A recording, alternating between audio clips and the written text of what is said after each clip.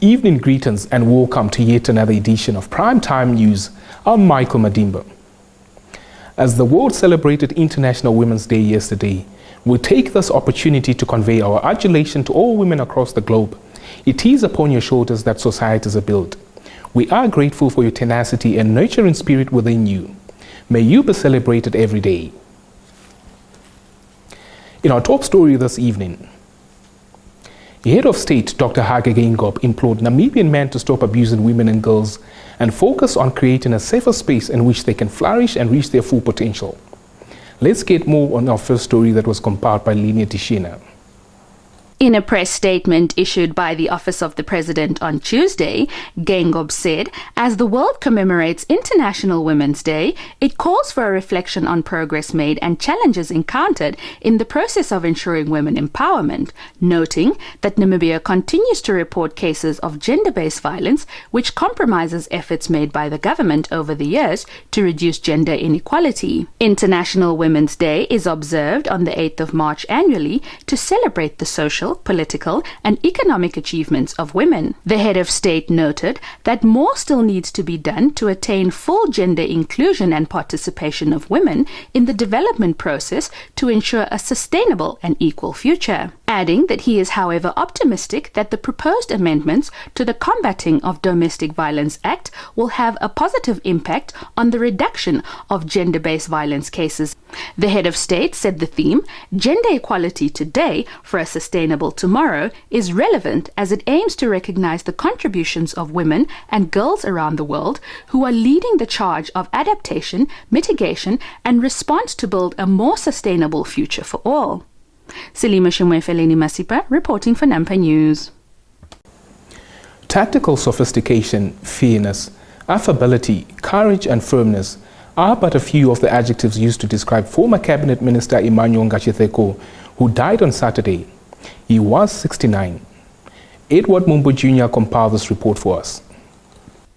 From the leader of the official opposition in the National Assembly, McHenry Venani, to former Windhoek Mayor and affirmative repositioning AR chief activist Job Amupanda, Ngachitheko's death has been labelled a loss to Namibia's political arena. Venani expressed profound sadness following the news of the death of the veteran politician. A statement issued on his behalf reads, he will remember Ngachitheko for his firmness, humility, and ability to work with all Namibians across political, economic, and racial divides. On his part, Amupanda wants Namibians to find comfort in Ngachitheko's rich legacy while emulating it at the same time. In Ngachitheko, the AR activist saw a man who, alongside former Windhoek Mayor Boan von Finkenstein and Matthew Shikongo, laid a strong foundation for Windhoek. Ngachitheko was a member of parliament from the year 2000 and he joined cabinet in 2003 when he was appointed Director General of the National Planning Commission. From 2005, he served in various portfolios. He was the Minister of Trade and Industry, Minister of Labour and Social Welfare, Minister of Safety and Security, and Minister of Industrialisation, Trade and SME Development. In a cabinet reshuffle in February 2018, he became Minister of Presidential Affairs but quickly resigned and retired due to ill health. President Hage Geingob has since conferred a state funeral status on Ngachitheko. Selima Shimwefeleni Masipa reporting for Nampa News. Despite women constituting 25% of the Namibian Defence Force, the second highest in the SADC region, their representation in decision-making positions within the armed forces remains a challenge. Shelva Wells compiled this insert. Deputy Minister of Defence and Veteran Affairs, Hilma Nikano, made the remarks at her minister's commemoration of the International Women's Day in the capital on Tuesday. Nikano, however, commended the ministry for creating a welcoming environment by putting in place structures for gender mainstreaming and encouraged all commanders to strengthen the existing gender focal points in various units in order to support, promote, and raise awareness about gender equality. She urged all women to work hard and intensify their fight against gender equality, which prevents them from reaching their full potential. She also congratulated all women who have made significant contributions to the country's development and have broken the glass ceiling of gender stereotypes by pursuing careers in male-dominated industries such as defense, security, mining, fishing, tourism, banking, transportation, and logistics, among others. At the same event, Chief of the Namibian Defence Force, Air Marshal Martin Phineas, congratulated women in uniform on their dedication to their job and discussed the spirit of being wheelbarrowed, saying it promotes gender stereotypes. The Namibian Broadcasting Corporation, NBC, handed over 2 million Namibian dollars, while Bank Windhoek contributed 1 million Namibian dollars on Tuesday to the World Skills Africa competition, set for Swakopmund from the 28th of March to the 2nd of April this year. World Skills Africa Swakopmund 2022 is co-hosted by World Skills International as well as the African Union. Once more, Shalva Wills compiled the story.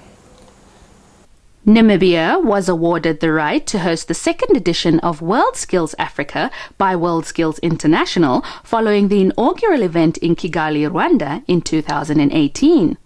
While handing over the financial support, Namibia Broadcasting Corporation NBC Director General Stanley Similo stated that skills create opportunities and connect society, saying that the young people competing in this event are tomorrow's leading experts, so it's critical that they get the best coverage possible. The overreaching goal of the donation, he added, is to establish a framework for cooperation in areas of mutual interest such as technical and vocational education and training careers, advocacy, apprenticeships, training, marketing, and public relations. On her part, Marketing and Corporate Communication Services, Jacqueline Pack, said World Skills Africa Swakopmund 2022 is an important step in leveraging technical and vocational training as a prominent actor of socio-economic development. Acting Chief Executive Officer of the Namibia Training Authority NTA, Mutavera Njode Siririka, at the same event said NBC's value-in-kind sponsorship encompasses a wide range of specialized media production, advertising and broadcasting support, including daily live television broadcasts of the event on television and social media. Over 100 competitors from 11 African countries will compete in 16 different technical and vocational trade areas at the World Skills Africa Swakopmund 2022, which will also include an international conference and a careers exhibition. Selima Shumwefeleni Masipar reporting for Nampa News. Your top roundup is up next.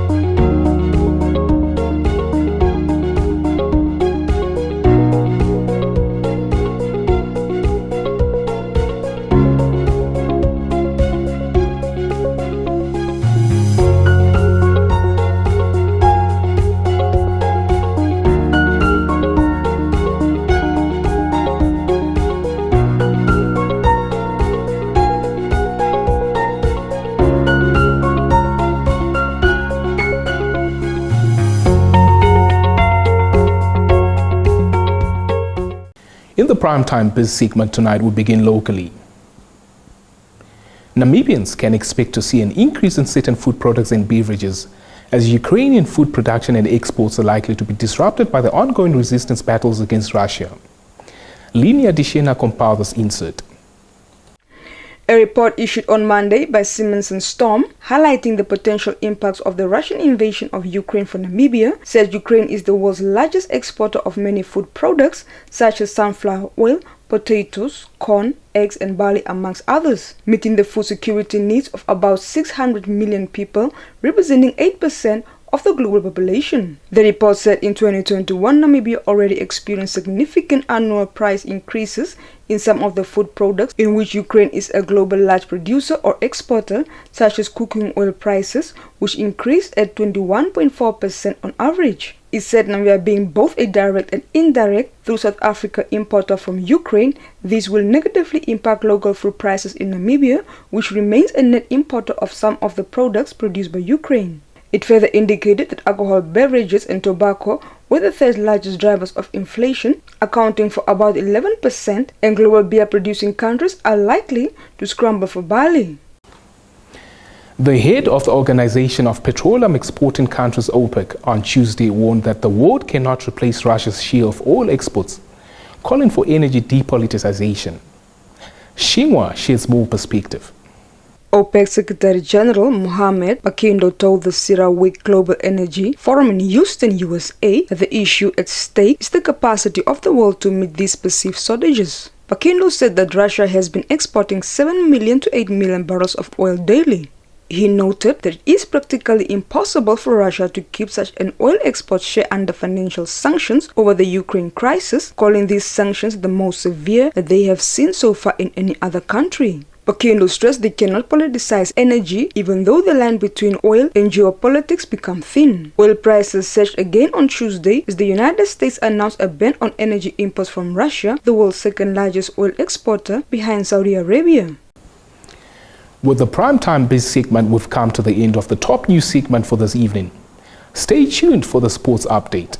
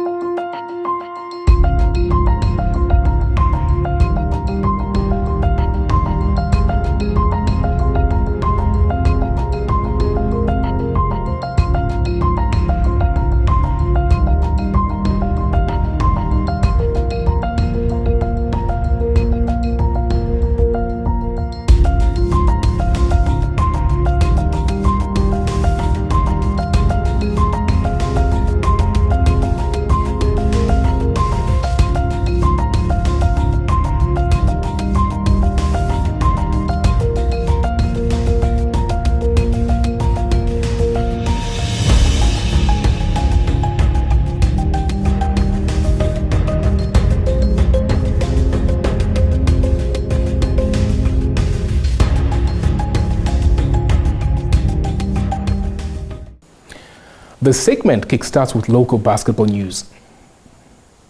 The town of Ongwediva in the Oshana region will host the Namibia Basketball Federation 2022 Zonal Independence Cup, which will see national selectors scouting for new players. 5 regions of Oshana, Oshikoto, Oangwena, Omusati, and Kavango East will each select their best under-16, under-18 boys and girls, as well as under-23 teams, to represent the region from the 18th to the 21st of March.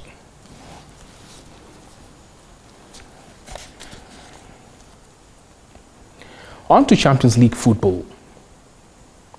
Robert Lewandowski's hat-trick and Thomas Müller's brace and Tuesday's 7-1 Champions League demolition of Salzburg proved their value for Bayern Munich yet again, and coach Julian Nagelsmann is hopeful this will continue a little longer. The contracts of both players expire next year, and Bayern should have a big interest to renew them. The 32-year-old Bavarian talisman Müller has spent his entire professional career at the club, while 33-year-old Poland striker Lewandowski arrived in 2014 from Borussia Dortmund and has set various scoring records since then. The World Footballer of the Year's hat-trick within the opening 23 minutes on Tuesday was the fastest in event history and took him over 40 goals in all competitions for a 7th season with a tally of 42. Lewandowski and Müller will be key players for the upcoming crucial weeks of the season, where Bayern seek a 7th Champions League crown and a record-extending 10th straight Bundesliga title. Nagelsmann added he expects key midfielder Leon Goretzka and possibly also left-back Alphonso Davies back for next month's quarter-final after both had been sidelined for months. Stay tuned for your sports roundup.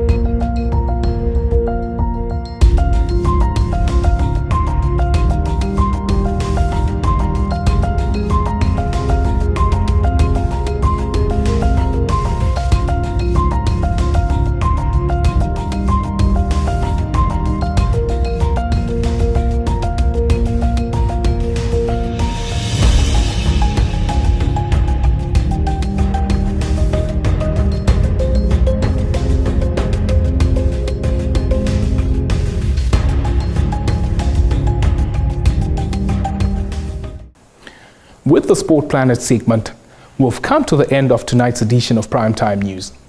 Many thanks for joining us.